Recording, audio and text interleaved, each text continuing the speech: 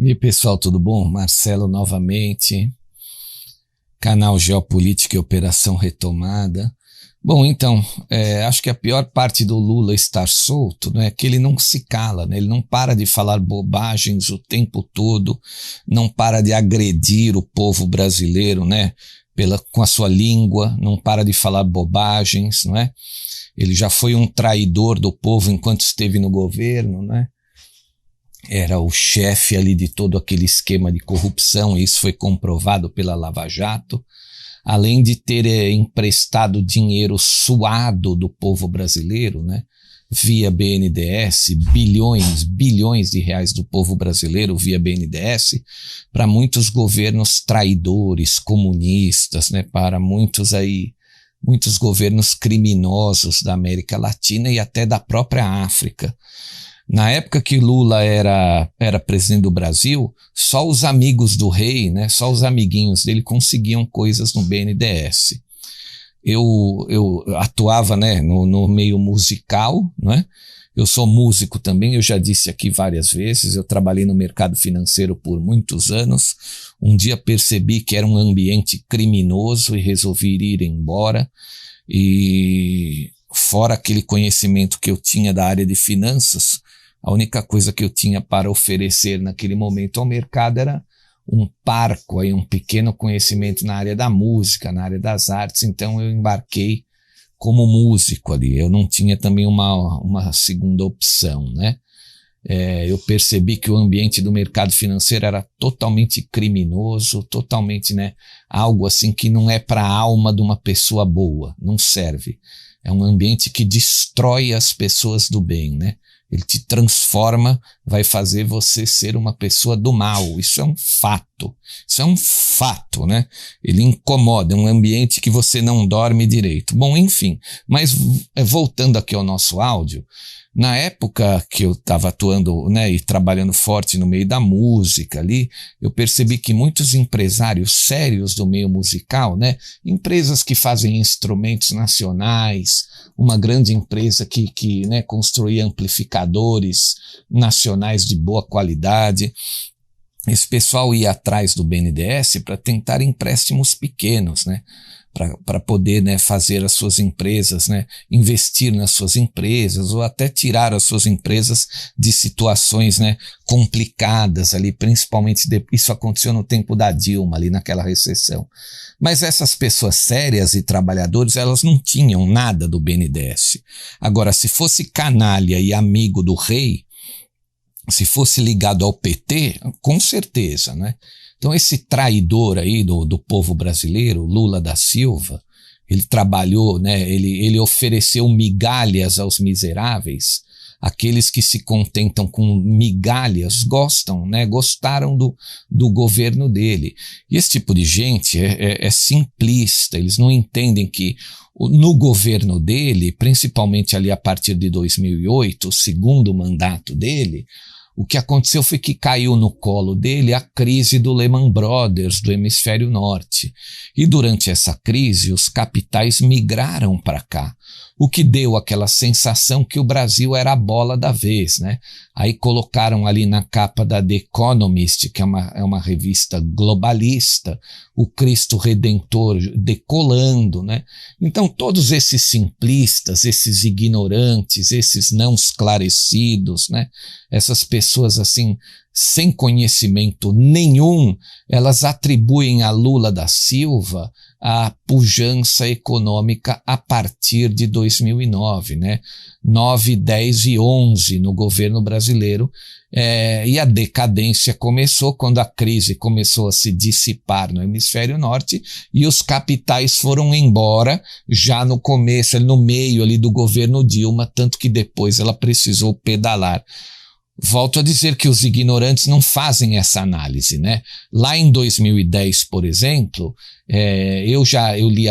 tinha o costume de ler a Gazeta Mercantil e você via que a dívida interna brasileira estava explodindo já.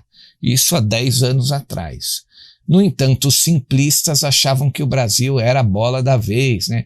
Que o Brasil seria um grande país nas mãos, né, e no comando de um comunista traidor como Lula da Silva, né? Bom, mas esse áudio aqui eu estou fazendo porque é o seguinte, ele não se cala, ele não se cala. Ele já é um defunto político, né? É um defunto político, ele não consegue mais andar na rua. A grande maioria do povo brasileiro detesta esse cidadão, detesta esse sujeito, atribui a ele todas as tragédias que aconteceram no país nos últimos anos, mas eu acho que não é só a ele, eu acho que Fernando Henrique é um grande culpado também. A trinca, o quadro, né? A quadra que enfiou o Brasil na lama, a quadra. Dilma, Lula, Fernando Henrique e José Dirceu. Apesar dele não ter sido presidente, o José Dirceu é um homem do mal, é um espião cubano, né? Ele é mais cubano do que brasileiro, trabalhou sempre pelos interesses do governo de Cuba e não os interesses do povo brasileiro. Então essa quadra do mal afundou o Brasil moralmente, financeiramente, em todos os quesitos, na educação. Isso afundou, essa quadra afundou o Brasil em todos os quesitos possíveis. Hoje o Brasil é um país que tenta se recuperar de toda a lama, toda a merda e a lama que o nosso povo engoliu enquanto essas 4 pessoas tiveram o poder da caneta dentro do Estado, dentro do governo brasileiro. Essa é a verdade. Mas o presidente Lula, o ex-presidente Lula, ele não se cala. Agora ele está dizendo que o Bolsonaro é um lambe-botas do governo dos Estados Unidos. Como se esse infeliz, né, esse condenado, infeliz e comunista não fosse um grande lambe-botas do governo criminoso cubano, né? O governo cubano é um governo criminoso. Fidel Castro era um assassino. Raul Castro é um assassino. O Partido Comunista Cubano é criminoso. Matou centenas, milhares de pessoas ali no seu processo revolucionário e condena a ilha de Cuba até hoje à mais profunda miséria. Miséria. Aquele povo vive na miséria, vive com ração controlada, né? É só você, né, fazer a seguinte pergunta, né? Não precisa ir muito longe, né? Você já viu gente de Miami entrando em balsas para fugir para Cuba? Não, né? Mas o contrário acontece o tempo todo.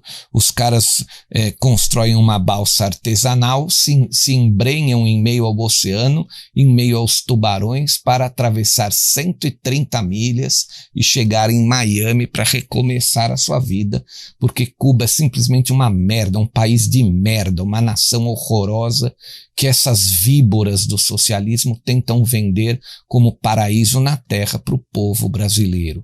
No entanto, esse canastrão, esse falastrão, traidor do povo, traidor, inimigo interno do Estado brasileiro e do povo brasileiro, Lula da Silva, ele não se cala. Ontem, sábado, ele afirmou que o governo do presidente Jair Bolsonaro vive todo o santo dia lambendo as botas do governo americano, né? Enfim, né? É pra gente dar risada, mas ao mesmo tempo que a gente dá risada, né, dessa comédia, bate aquela raiva e aquela situação, né? Que você fica com aquele até um pequeno ódio, porque vindo de quem vem desse traidor, né? Desse cara que mergulhou o Brasil na mais profunda merda, na mais profunda lama, é de se admirar, né? A coragem que esse homem ainda tem de querer opinar. Um cara que foi cozido, completamente desmoralizado, não tem moral para nada, para mais nada, né? Está totalmente descredibilizado e ainda vem, né? Tem a audácia de vir à mídia e insinuar que esse é um governo lambibotas, né? Não há mais o que dizer sobre isso, né? Eu espero que esse cidadão suma da mídia aí com o tempo, né? Ele está envelhecendo, a gente espera que ele se cale, apesar dele não se calar, né? Ele ainda acha que ele é presente, quando ele faz parte de um passado que os brasileiros decentes tentam esquecer. Um verdadeiro traidor, mas é um traidor que não se cala, e por isso nos incomoda muito ainda. Muito obrigado a todos.